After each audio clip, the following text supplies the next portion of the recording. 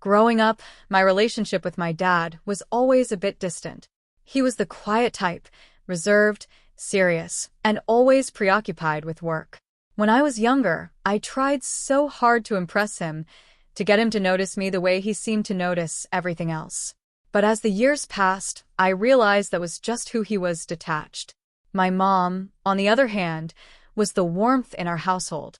She filled every room with her laughter, her love, and her attention. She was the one who would ask about my day, who would sit with me while I did my homework, and who made sure I knew I was loved. But as I got older, I started to notice things, subtle things. My mom and dad didn't talk as much as they used to. Their affection for each other seemed to cool, like a fire that had slowly burned out over time. They still loved each other, I think, but it was different. There was distance between them, a distance that seemed to grow with each passing year. That's when I began noticing Dad, noticing me more. It wasn't in any way that made me uncomfortable at first, just simple things, like him asking how my day was, or offering to help me with something. Things that felt normal. For the first time in a long time, it felt like we were connecting. Then one summer, my mom had to leave for a work trip. It wasn't unusual for her to be away for a few days, but this time felt different.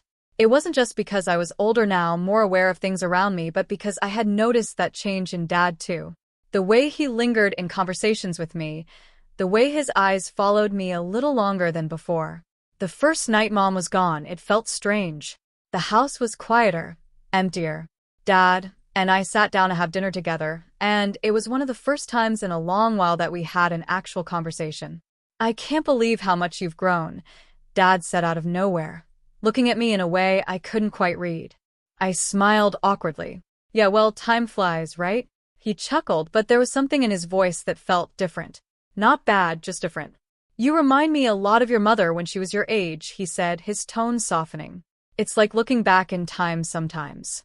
I didn't know how to respond, so I just smiled again and took another bite of my food. But the way he said it, it stayed with me. His eyes lingered on me a little too long. His words seemed loaded with something more. Over the next few days, things felt off.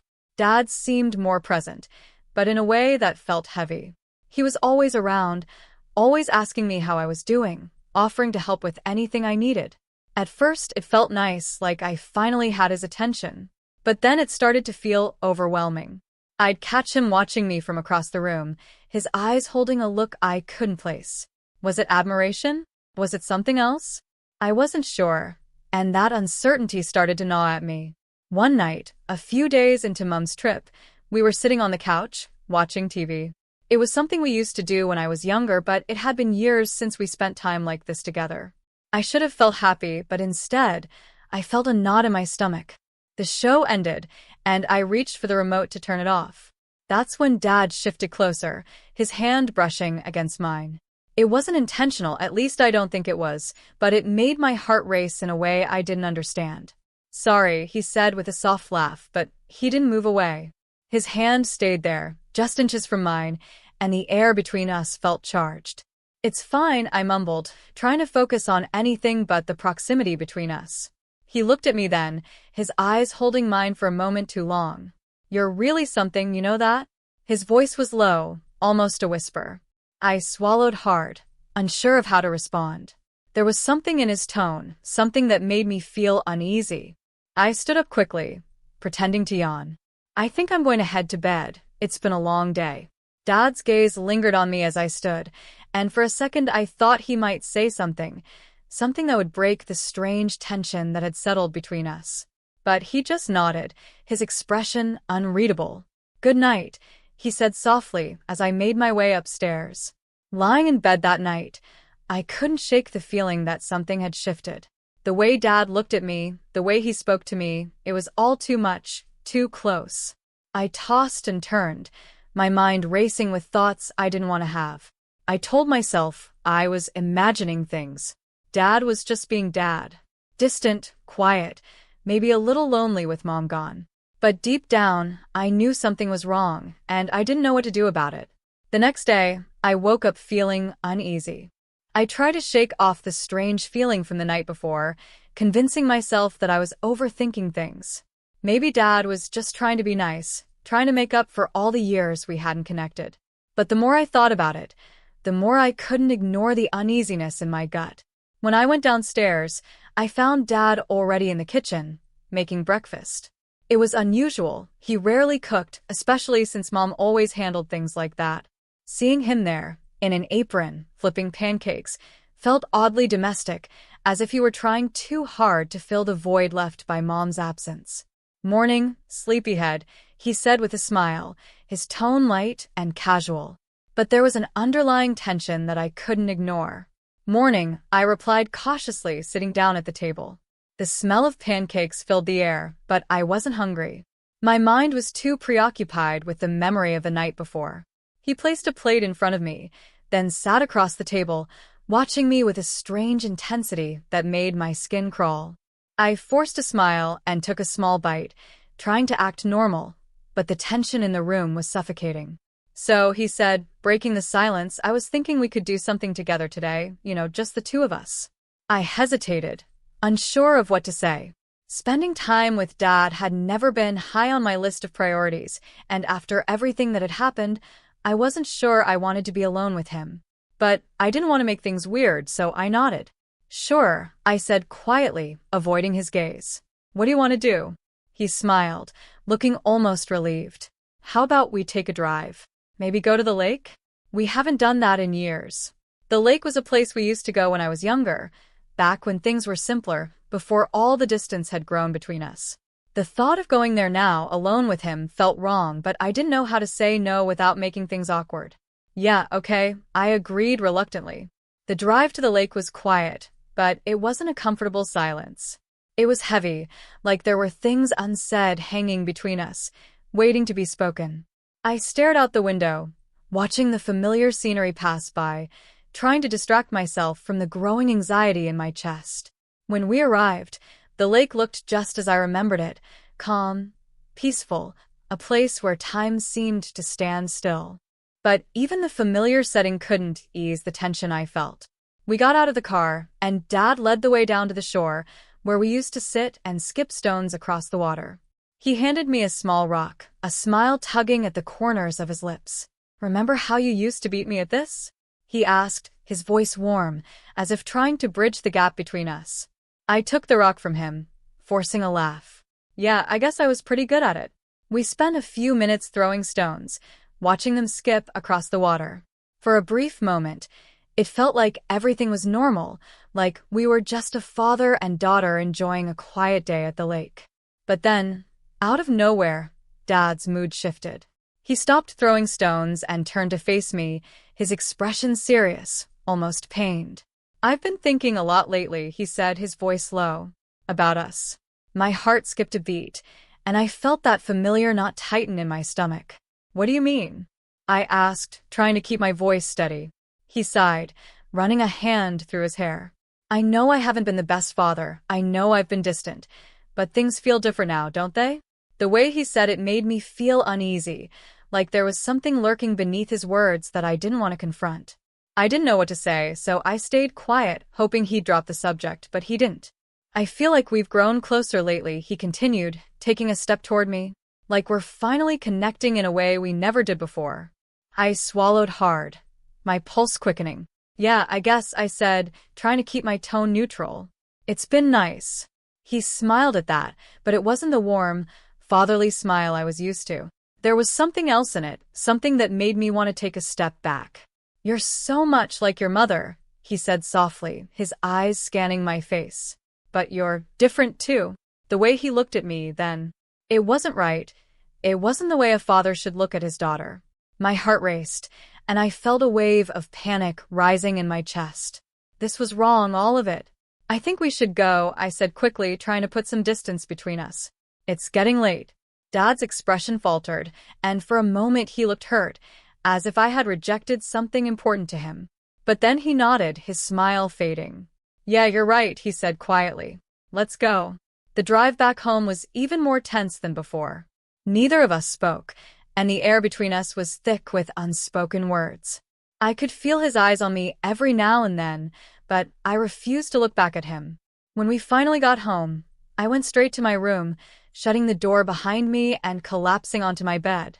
My mind was racing, my heart pounding in my chest. What had just happened? Was I imagining things?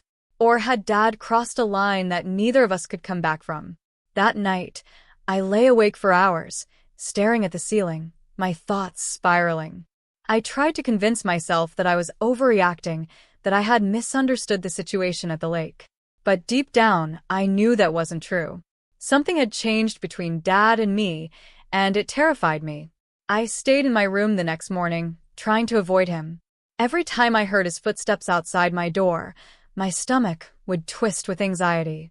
I didn't know how to act around him anymore, and the thought of facing him after what had happened made me feel sick. But avoiding him wasn't an option for long. Around lunchtime, there was a knock at my door. "Hey, you okay in there?" Dad's voice was soft, concerned. "You've been in your room all morning." I hesitated, my heart racing. "Yeah, I'm fine," I called out, trying to sound casual. "Just tired." There was a pause on the other side of the door, and I held my breath, hoping he wouldn't push any further. But of course he did. "Do you want to come downstairs?" I made lunch. I didn't want to. The last thing I wanted was to sit across from him, pretending everything was fine when I knew it wasn't. But I couldn't avoid him forever, and part of me was desperate to believe that maybe I had imagined it all, that maybe things could go back to normal if I just acted like nothing had happened. "Sure," I said after a moment, forcing myself to get up. When I walked into the kitchen, Dad was already sitting at the table, 2 plates of sandwiches in front of him. He smiled when he saw me, but there was something about his smile that made my skin crawl. I sat down across from him, avoiding eye contact as I picked at my sandwich. The silence between us was suffocating, and I could feel his eyes on me, watching my every move. "So," he said after a while, breaking the tension, "I've been thinking." Here we go again, I thought, bracing myself for whatever was coming next. He cleared his throat, his voice hesitant. "I've been thinking about us, about how things have been different lately." I froze, my pulse quickening. I didn't want to have this conversation. Not now, not ever, but I couldn't ignore the weight of his words. "Different how?" I asked cautiously, still not looking at him. Dad sighed, leaning back in his chair. "I just feel like we're finally connecting, you know? After all these years of being distant, it feels like we're finally getting closer." There it was again, that word, closer. It hung in the air between us, heavy with meaning that neither of us was willing to fully acknowledge. I swallowed hard, my throat dry. "Yeah, I guess," I muttered, trying to keep my tone neutral. "But maybe we're just spending more time together because Mom's not here." As soon as I said it, I regretted it. It felt like a weak excuse, a way to brush off the growing tension between us. But I didn't know what else to say. Dad's expression shifted slightly, and I could see the hurt in his eyes. "Maybe," he said quietly, his voice thick with emotion. "But it's more than that, isn't it?" I didn't know how to respond. There was an unspoken line between us that I could feel myself edging dangerously close to, and I didn't want to cross it. But Dad wasn't letting it go. "I know you feel it too," he continued, his voice soft but insistent. "This connection between us, it's not like it used to be. It's different." My heart pounded in my chest as his words sank in. He was right, it was different, but not in the way he was suggesting. The connection he was talking about, the one he seemed to think was growing between us, it wasn't right, it wasn't what a father and daughter should feel. "I think you're reading too much into this," I said quickly, standing up from the table. My hands were shaking, and I could feel the panic rising in my chest. "We're just spending more time together, that's all." But Dad didn't back down. He stood up too, his eyes locked on mine. "I know this is confusing," he said softly, taking a step toward me. "But we can't deny what we're feeling. We've been so distant for so long, and now we have a chance to be closer." I shook my head, my heart racing. "No, Dad, this isn't right." He stopped then, his face falling. For a moment I thought he might finally understand, that he might realize how wrong this was. But instead, he just sighed, running a hand through his hair. "I'm sorry," he said quietly, his voice full of regret. "I didn't mean to make you uncomfortable. I don't know how to handle this." His words hit me like a punch to the gut. This question mark, what was this? What was he trying to say? I couldn't even wrap my head around it, but I knew one thing for sure. I had to get out of there. I need to go for a walk, I said quickly, grabbing my phone and heading for the door. Wait, Dad called after me, but I was already out the door, my mind racing as I hurried down the street. I walked for what felt like hours, my thoughts spinning out of control. I didn't know what to do. I didn't know how to fix this. How had things gotten so messed up between us? And how was I supposed to face Dad again after everything that had happened? By the time I got back home, the sun was starting to set, and the house was eerily quiet. I half expected Dad to be waiting for me, but the living room was empty, the kitchen dark. I let out a shaky breath, grateful for the moment of peace. But as I headed upstairs to my room, I couldn't shake the feeling that things between us had changed in a way that couldn't be undone. That night, I locked myself in my room again, my heart still racing from the conversation at the table. I couldn't believe what had just happened, the way Dad had spoken to me, the way he had looked at me. It wasn't just wrong, it was terrifying. I lay in bed staring at the ceiling, trying to make sense of everything. How had we gotten to this point? How had our relationship, which had always been so distant and strained, turned into this? I felt like I was caught in a nightmare, and no matter how hard I tried, I couldn't wake up. At some point, I must have fallen asleep because I woke up in the middle of the night to the sound of soft footsteps outside my door. My heart skipped a beat, and I froze, listening intently. The footsteps stopped just outside my room, and for a moment, I thought I could hear someone breathing on the other side of the door. My pulse quickened, fear coursing through me. Was it Dad? What was he doing? I held my breath, praying that he would just go away, but instead, there was a soft knock at the door. "Sweetie, are you awake?" It was Dad's voice, quiet and almost hesitant, as if he wasn't sure whether to disturb me. I stayed silent, hoping he would think I was asleep and leave, but after a moment, he knocked again. "I just want to talk," he said softly, his voice filled with something that sounded like regret. Or was it something else? "Please, let me in." Panic surged through me. There was no way I was letting him in. I didn't know what he wanted, but I knew it wasn't good. My mind raced as I tried to figure out what to do. "I'm asleep," I blurted out, instantly regretting how ridiculous that sounded. There was a long pause on the other side of the door, and for a moment, I thought he might leave. But then I heard him sigh. "Look," he said, his tone shifting to something more serious. "I know things have been weird between us lately, and I don't want you to feel uncomfortable. That's the last thing I want." I stayed silent, my heart pounding so loudly, I was sure he could hear it through the door. "But we can't just ignore this," he continued, his voice getting closer to the door. "We need to talk about it." I could feel the tears welling up in my eyes. This was too much. It was too overwhelming. I didn't want to talk about anything. I didn't want to face whatever was happening between us. "I don't want to talk," I finally managed to say, my voice trembling. "Just go back to bed, Dad." There was another long pause, and then I heard him take a step back from the door. "Okay," he said quietly, his voice soft and almost sad. "If that's what you want." I let out a shaky breath, relief flooding through me as I heard his footsteps retreating down the hallway. I stayed frozen in bed, my body tense, waiting to make sure he was really gone. When I was sure he had gone back to his room, I finally allowed myself to relax, but the fear and anxiety didn't go away. I knew this wasn't over. Dad wasn't just going to let things go. Whatever had been building between us, whatever strange connection he thought we had, it wasn't something that would disappear overnight. The next morning, I woke up with a plan. I couldn't stay in the house alone with Dad anymore. I had to leave. I didn't know where I would go or what I would do, but I knew I couldn't stay. I packed a small bag, my hands trembling as I shoved clothes and essentials into it. My mind was racing, and my heart pounded in my chest as I thought about how I would leave without Dad noticing.